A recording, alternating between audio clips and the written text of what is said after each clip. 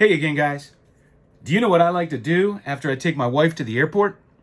I like to look at some baseball cards. Well, actually, I like to take a nap first. Got to take my old man nap. Oh, that was nice.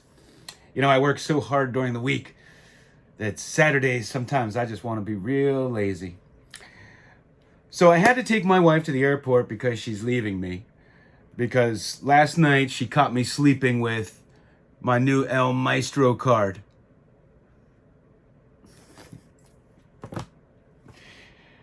I'm in a little bit of a weird mood, and I got some things on my mind. You know, so will the new America, what's happening in the new America, will it hurt baseball card prices? You bet your ass it will. If you're paying $5 or $7 a gallon for gas, if the stock market goes down, things could get a little hairy. I mean, we're on the verge of World War III. I think the last thing people were worrying about is investing in baseball cards. Not saying it will, but if things continue down this path, yeah, we're not going to have as much disposable income. You know, they keep bragging about the unemployment rate, which is really creative statistics, I like to call it. And that is because we have the lowest participation rate in history. 61% participation rate. So, of course, none of those 39% of the people are counted in those numbers. So, of course, we have a low unemployment rate. We will see how this progresses. Will the Major League Baseball strike affect the hobby? You bet your ass it will. I mean, aren't you upset when these guys aren't going to play because they're arguing over a minimum salary for guys who suck and sit on the bench and they deserve to make $750,000 a year to suck and do nothing? I mean, come on. What do the people who are the worst at their jobs in your industry make? Could it affect it? Sure it could. It's interesting because we're going to have all kind of people on YouTube and experts telling you about card prices and how this affects it, how that affects it. Who cares? I just collect. I have a couple cool things to show you. First, I got a hold of this old Rawlings ad for Bob Pettit. How cool is that? You imagine playing with one of those old leather balls? They were made out of leather, weren't they, back then? What are the NBA balls made out of now? They might be made out of leather. I don't even know. It's been a while since I played some ball.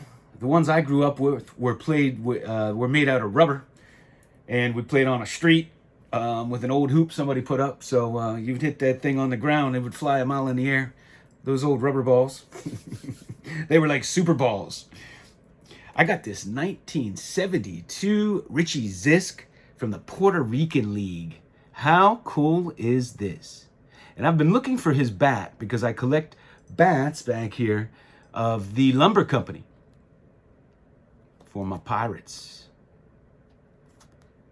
Oh, that reminds me.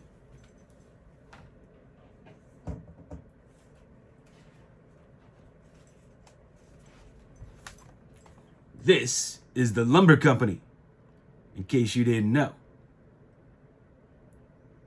I remember this as a kid.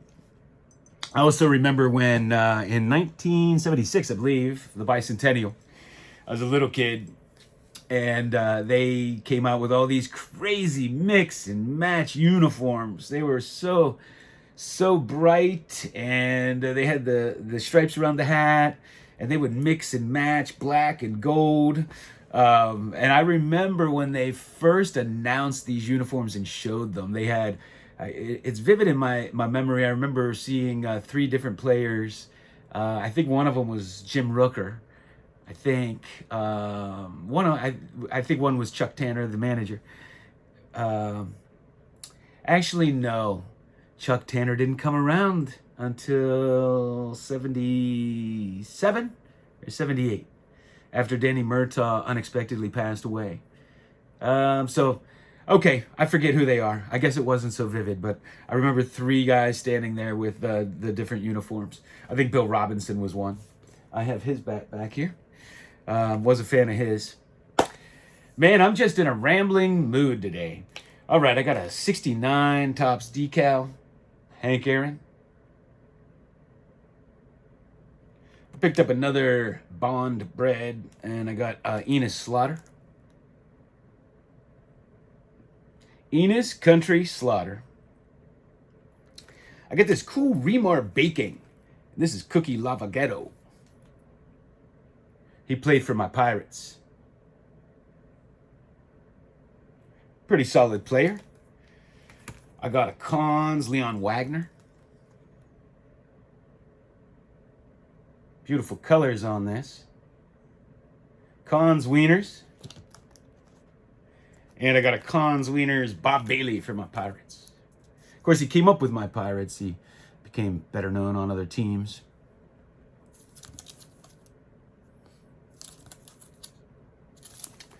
And man, how cool is this Wander Franco?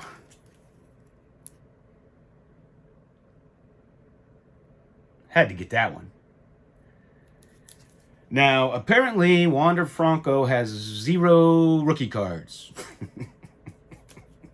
I've never seen such lunacy as lunacy as to which cards of his are rookie cards. It's come on, guys. Got a couple more here. So whatever Wander Franco card you have, it's probably not a rookie card. There's they have the president of rookie card designation, and this president determines what is and is not a rookie card. And been trying to get my hands on an old abacus to help me figure it out. We have a Devin Booker here. Got some basketball cards.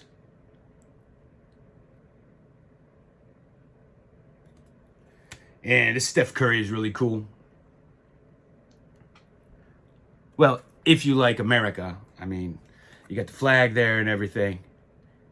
I'm surprised they didn't put the Chinese flag for the NBA. Awesome Steph Curry.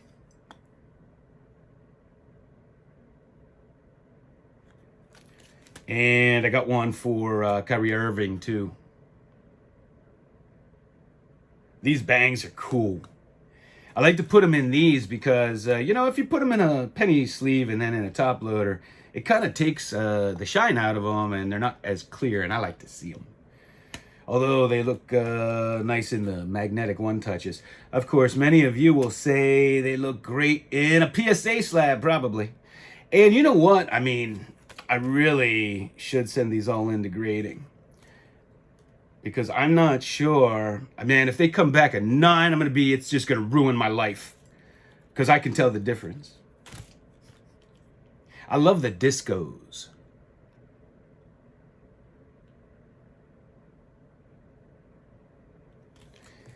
And I got this one too.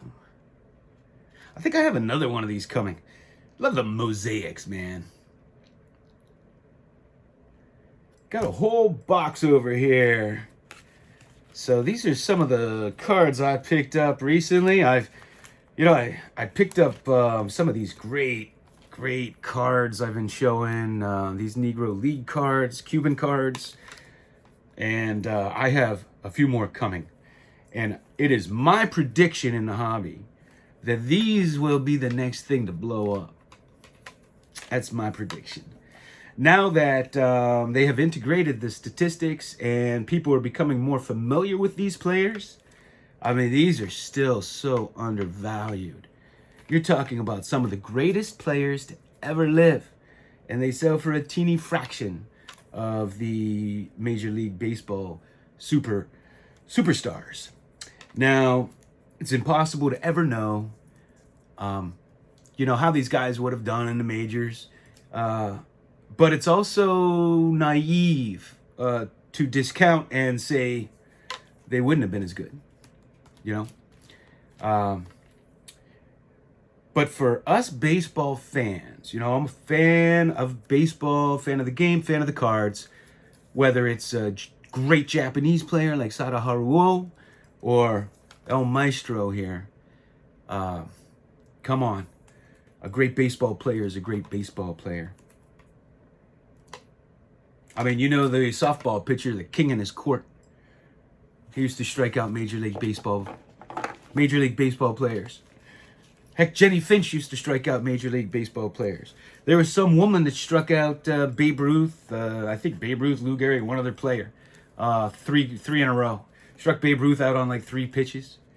Good baseball players are good baseball players. Hey, I'm just having some fun. I'm using a little sarcasm, so I hope nobody's offended by anything I said. Oh man, I almost forgot my Bart Starr football. Bart Starr football from the 1960s. McGregor official. How cool is that? I'm all alone on a Saturday. My wife is away. My daughter, she's in dental school and she's been studying like crazy. Even though last night was the first night she had off and came home. Came home in the wee hours of the morning. You might have seen my last video where I was waking her up. So I like to play with my baseball cards on my day off. I like to nap, and I like to have a little sarcasm. I'm real disheartened with everything that's going on over in the Ukraine and in the world, and it just it's frustrating and sad. It just seems like everybody's sitting around just watching these people get slaughtered. And I don't know if something can be done, but they're, the talking heads on TV, they're interviewing these people in bunkers, and they're saying, oh, well, our prayers are with you. Then they, their time's up and they move on to something else. And finally, they keep showing this one mother, and finally she finally said, and I applaud her for it. She's like, well, I appreciate that, but prayers ain't going to do anything for us now. Just so sad. And, other bigger things, bigger issues than how much the minimum, a couple more 100,000 if you suck at baseball, you're going to make, or what next big card you're going to pick up, or whether the hobby's going to go up or whether it's going to go down. There are more important things in life for sure. And quite honestly, we could be on the verge of World War III. These are scary times. Scary times indeed. But anyway, I guess I'm going to have to come up with something to do. I'm just bored, and I am just turning to you guys for comfort and something to do, I guess. I've been trying to get Rick from Vintage Oddball Cards to go live with me and have an oddball card off. I thought that would be fun. Or he's a huge collector of original photographs, type 1, type 2, type 3 photographs, and has a lot of the photographs from the card images, the original photographs. So I thought maybe I could show a card and he could show the photograph, something like that. But, he puts his wife over me. I just don't get that. Lou Rock, too, he puts his family over going live with me. Hurts my feelings. But anyway, I'm going to let you go. I'm going to go find something to do. Maybe I'll sort of set or checklist something, or go to the gym. Or maybe I'll go buy some more baseball cards. I don't know. All right. Thanks for watching, guys.